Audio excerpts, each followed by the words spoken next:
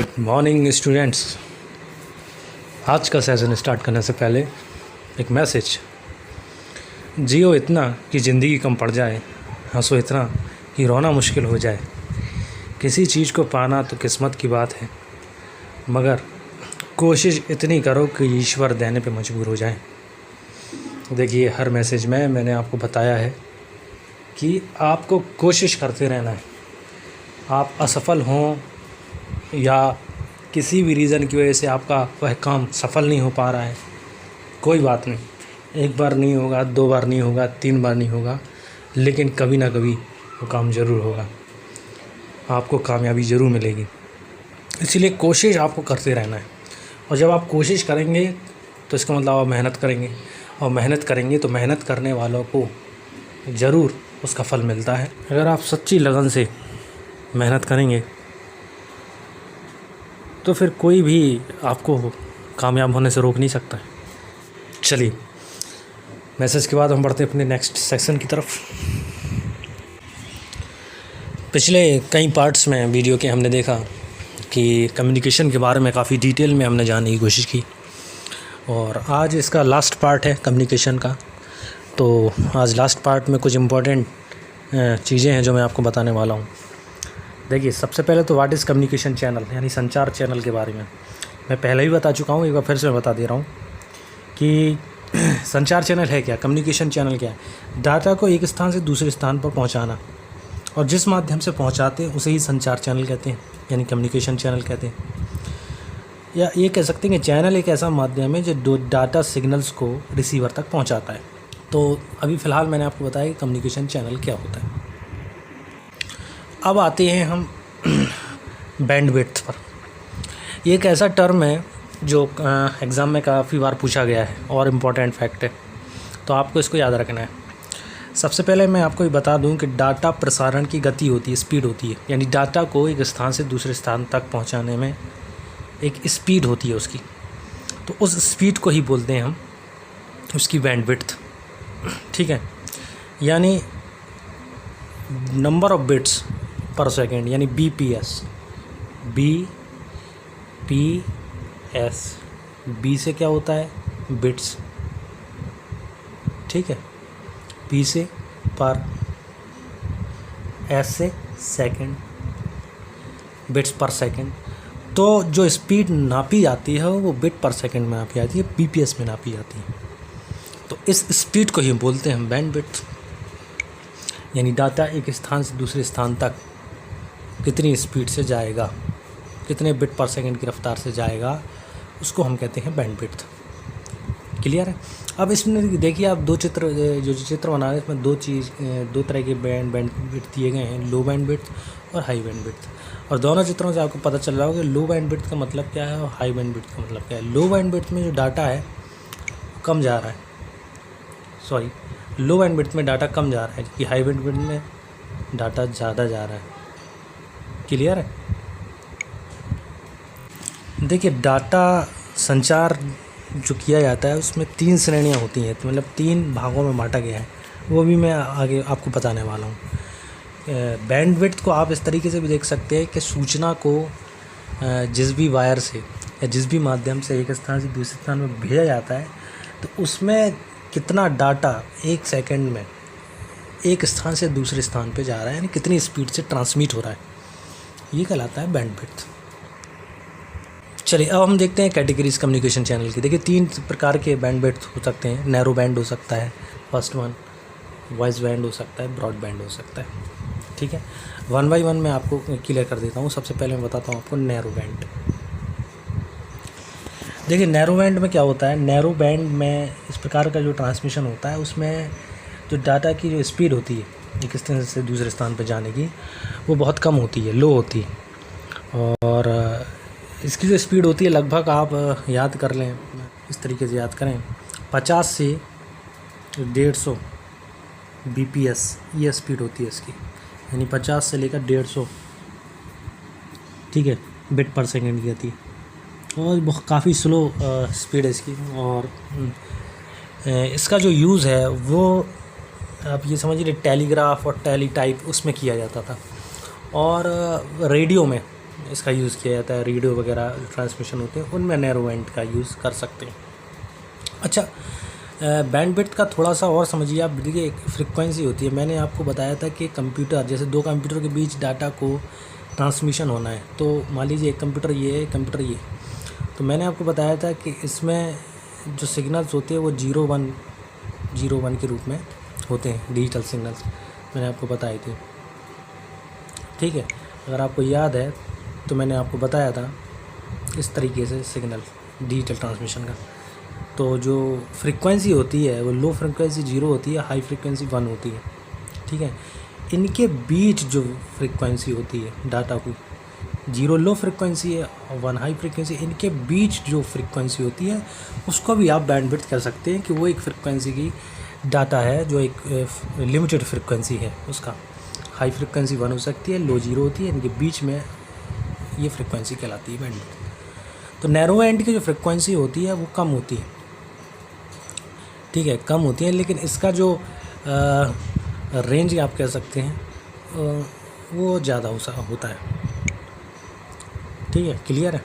चलिए second one पे हम आते हैं, वॉइस बैंड। वॉइस बैंड ये मतलब मीडियम कह सकते हैं आप इसको, मीडियम ट्रांसमिशन है। यानी इसमें डाटा की जो स्पीड होगी वो याद कर लें आप 300 से लेकर 9600 BPS, इतना डाटा ये एक स्थान से दूसरे स्थान पर भेज सकता है। ये आपको मैंने डाटा की दर जो रेट है वो मैंने आपको बता दिया। और इसको वॉइस ग्रेड ट्रांसमिशन इसलिए भी कहते हैं क्योंकि हम लोग जो टेलीफोन और मोबाइल का यूज़ करते हैं वो वॉइस बैंड कहलाती है। उसमें जो डाटा की स्पीड होती है वो लगभग इतनी ही होती है, तो इसलिए इसका यूज़ टेलीफोन और मोबाइल फ़ोन्स में ज़्यादा किया जाता है। चलिए ब्रॉडबैंड कनेक्शन देखते हैं हम। ये आप डायग्राम देखिए, बेस बैंड कहलाता है, ये ब्रॉडबैंड कहलाता है। बेस बैंड एक सिंपल मतलब एक फ्रिक्वेंसी है, एक साधारण स्पीड है इसकी, और इसमें मान लीजिए एक एक करके 1 बाई 1, इसमें ये नहीं कि एक साथ कई सारे कनेक्शंस, कई सारी चीज़ें, जैसे आप मान लीजिए फ़ोटो सेंड कर रहे हैं या कहीं से कुछ व्हाट्सअप चला रहे हैं या वीडियो से सेंड कर रहे हैं या कुछ और चीज़ भी सेंड कर रहे हैं, तो ये एक साथ सेंड नहीं हो पाती इस बेस बैंड में। बेस बैंड में एक एक करके ही सेंड हो पाएंगी। लेकिन ब्रॉडबैंड में क्या होता है, ब्रॉडबैंड में कई सारे कनेक्शंस एक साथ एक बार में ट्रांसमिट किए जा सकते हैं। ठीक है, ये तो मैंने एक तरीके से इसको इंटरनली आपको बताया।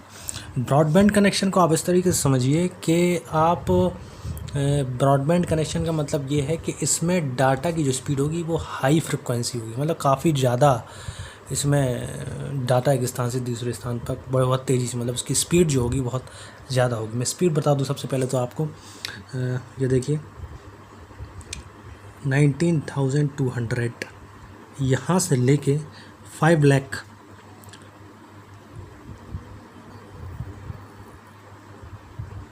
ठीक है, 19,200 से लेकर 5 लाख BPS, इतनी अधिक गति से संचरण होता है इसमें। और इस प्रकार के जो ट्रांसमिशन होता है उसमें मैं आपको बता चुका हूँ, कोएक्सियल केबल हमने पढ़ा था। कोएक्सियल केबल हो गई आपकी, फाइबर ऑप्टिक हो गई, और इनके अलावा माइक्रोवेव मीडिया, तो माइक्रोवेव मीडिया का भी यूज़ करते हैं। इन तीनों का किसी का भी यूज़ हो सकता है। तो इस प्रकार के संचरण में इनका यूज़ किया जाता है डाटा को ट्रांसमिट करने के लिए।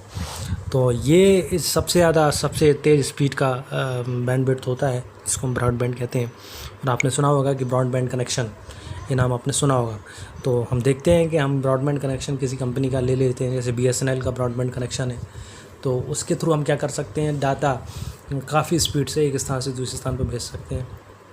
और दूसरी चीज़ इसमें जो coaxial cable, fibre optic, micro medium, ये इसके थ्रू ये चलता है। तो ये आपका हो गया ब्रॉडबैंड। मैंने आपको तीनों बताए, narrow band, voice band, broadband. Broadband जो है इंटरनेट का एक सबसे अच्छा एग्जांपल है। इंटरनेट जो चलाते हैं हम ब्रॉडबैंड के थ्रू चलाते हैं।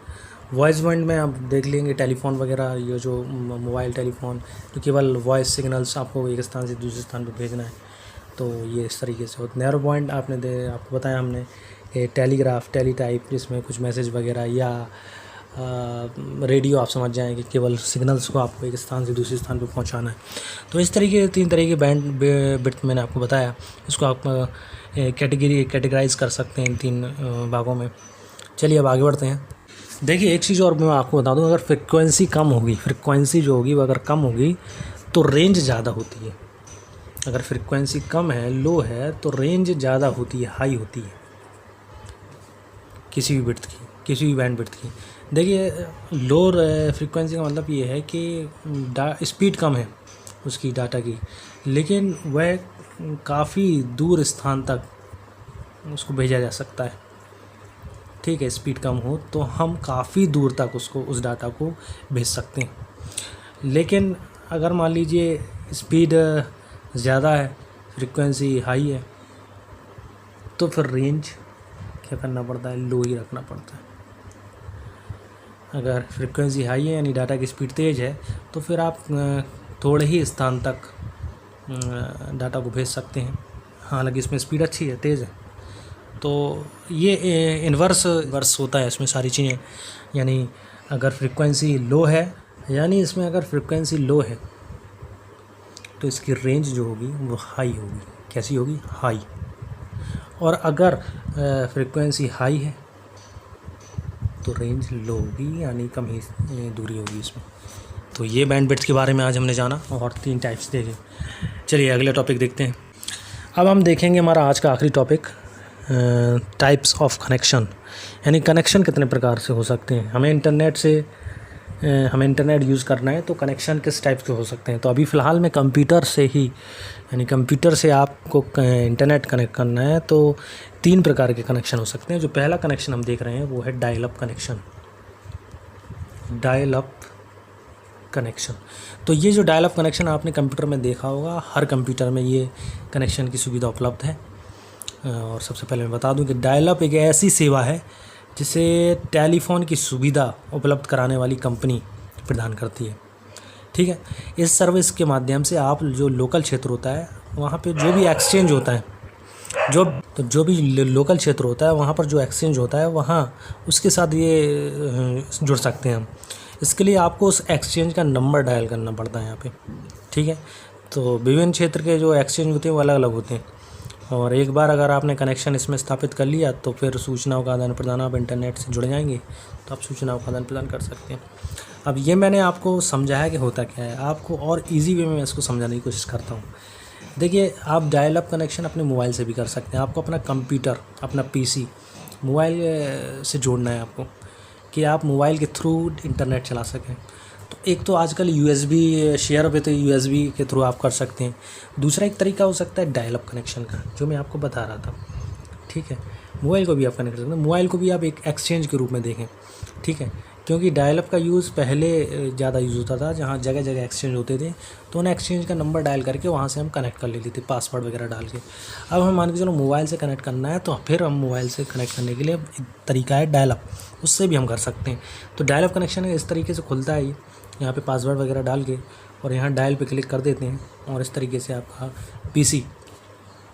पीसी जो है आपके मोबाइल से जुड़ जाता है। यानी कि आप मोबाइल फ़ोन का जो इंटरनेट सर्विस प्रोवाइडर है उससे आप जुड़ गए। अब वो आपको इंटरनेट दे रहा है तो आप पीसी पर यानी अपने कंप्यूटर पर नेट चला पा रहे हैं।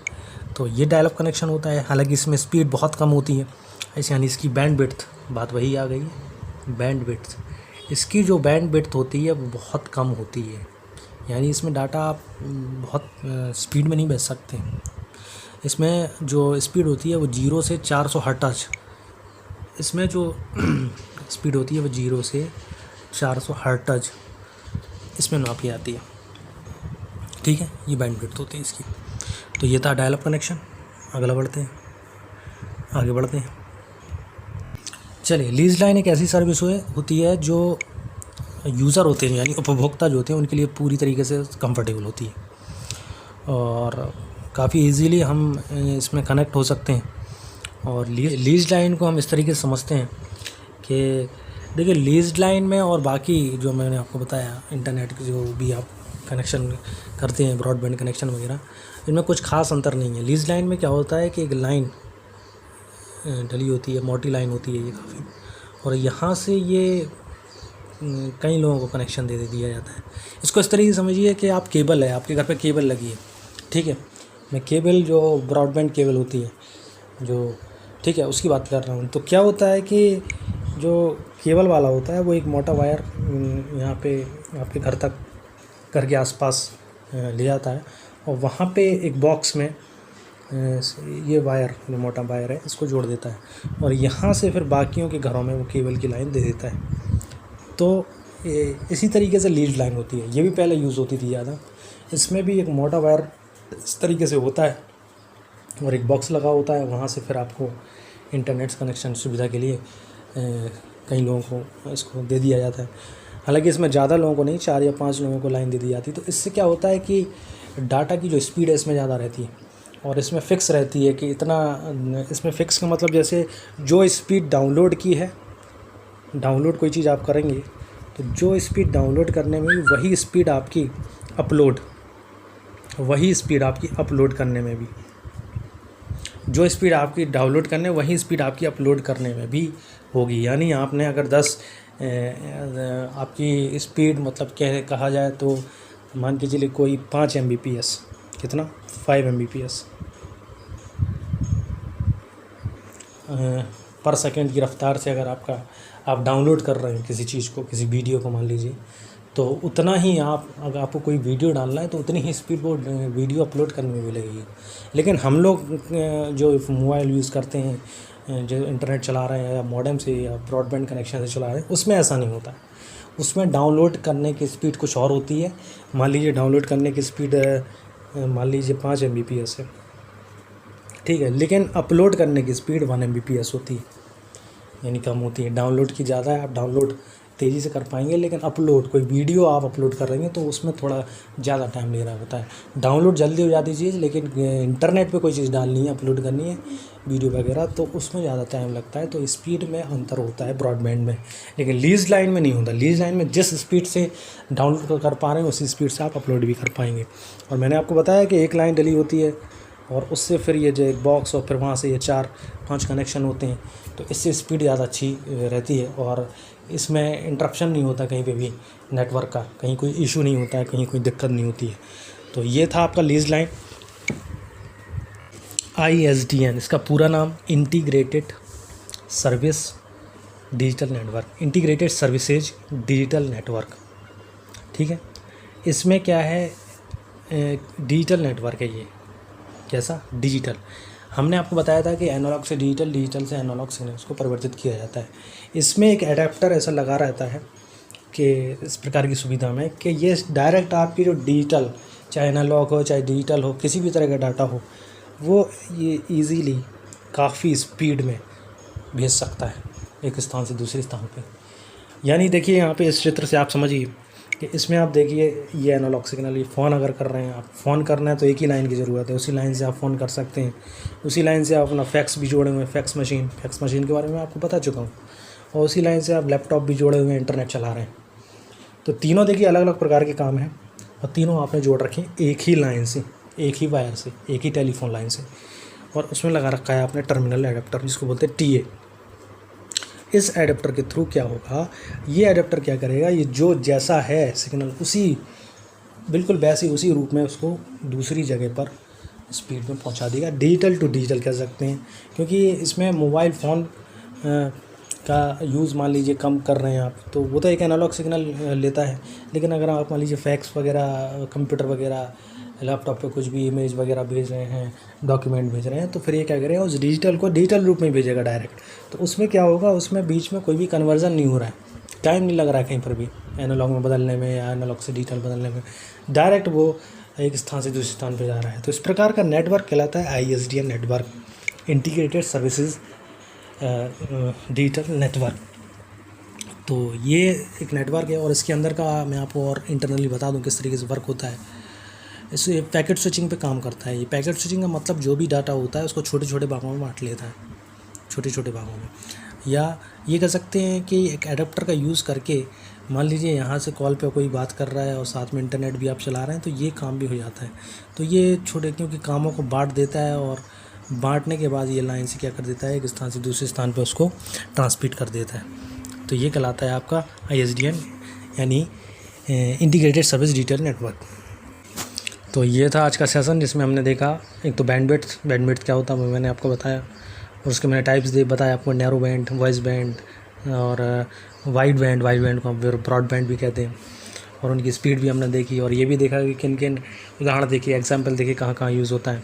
इसके अलावा हमने देखा कनेक्शंस, तो कनेक्शंस भी हमने देखे किस टाइप से हो सकते हैं, 3 प्रकार के कनेक्शंस देखे हैं, dial-up connection, lease line connection और ISDN कनेक्शंस। तो ये था टॉपिक कम्युनिकेशन जो लगभग आपका पूरी तरीके से कंप्लीट हो चुका है। अब ये लेसन काफ़ी इंपॉर्टेंट है कम्युनिकेशन, और कम्युनिकेशन से काफ़ी क्वेश्चंस पूछे जाते हैं हर साल। तो अब कम्युनिकेशन से जितने भी क्वेश्चंस आए हैं और जितने भी इजी से इजी और टफ़ से टफ़ तो कुछ नहीं होता है, लेकिन आप लोगों को लगता है कुछ ना कुछ टफ़, तो उस हिसाब से हम सारे क्वेश्चंस मैं एक वीडियो प्रोवाइड करने वाला हूँ। उसमें हम बोर्ड में जो आए हुए क्वेश्चंस हैं उनको इन लेसन से देखेंगे। कम्युनिकेशन चैप्टर 2 चैप्टर 3 दोनों को मिक्स कर लीजिए आप, दोनों को जोड़ के ही मैं कम्युनिकेशन पूरा एक फाइनल पार्ट समझ रहा हूँ, तो उसी से मैं आपको वो सारे क्वेश्चंस कवर कराऊँगा। तो ये था आपका कम्युनिकेशन वाला पूरी तरीके से कंप्लीट हो चुका है। अब हमारा बिल्कुल नया टॉपिक और नया लेसन यानी चैप्टर 4 हम स्टार्ट करेंगे, कंप्यूटर नेटवर्क। और चैप्टर 4 कंप्यूटर नेटवर्क भी काफ़ी अच्छा चैप्टर है, और उसके बाद हम स्टार्ट करेंगे हमारा इंटरनेट वाला चैप्टर। तो ये सारे चैप्टर एक दूसरे से कनेक्ट हैं जितने भी आगे आ रहे हैं। तो कम्युनिकेशन वाला चैप्टर काफ़ी इंपॉर्टेंट है। मैं आपको इंपॉर्टेंट क्वेश्चंस वाली वीडियो अब एक आध दिन में लाने वाला हूँ, तो वो आप ज़रूर ज्वाइन कीजिएगा, काफ़ी इंपॉर्टेंट क्लास होगी वो। आई होप आपको आज का सेशन पसंद आया होगा, समझ में आया होगा। Thank you so much.